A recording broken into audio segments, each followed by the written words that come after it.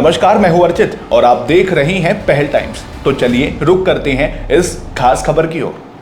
प्रधानमंत्री नरेंद्र मोदी ने एक बार फिर दिल्ली के सियासी गलियारों में हलचल मचा दी है। मोदी ने दहाड़ते हुए कहा कि दशकों से देश के विकास को रोकने वाली 370 की दीवार अब गिर चुकी है।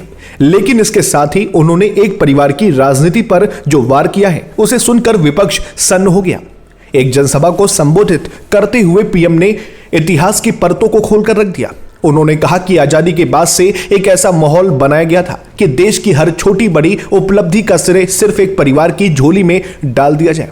मोदी के मुताबिक बाकी महापुरुषों और करोड़ों देशवासियों के संघर्षों को सिर्फ इसलिए भुला दिया गया ताकि एक खास खानदान का महिमा मंडन हो सके। आर्टिकल 370 का जिक्र करते हुए पीएम ने इसे देश की एकता के बीच सबसे बड़ी बाधा बताया। उन्होंने कहा, हमने उस 370 की दीवार को गिरा दिया जिसने जम्मू कश्मीर के भाई बहनों को उनके अधिकारों से वंचित रखा था। मोदी ने तंज कसते हुए कहा कि पहले की सरकारों ने वोट बैंक के चक्कर में इस दीवार को पाल पोस कर बड़ा किया, लेकिन हमने नेशन फर्स्ट की नीति पर चलते हुए इसे हमेशा के लिए दफन कर दिया।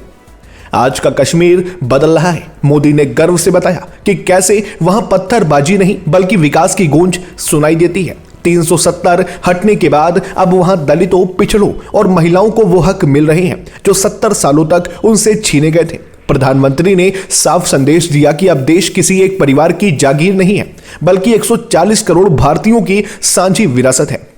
विरोधियों को खुली चुनौती देते हुए मोदी ने कहा कि अब कोई भी ताकत 370 को वापस नहीं ला सकती।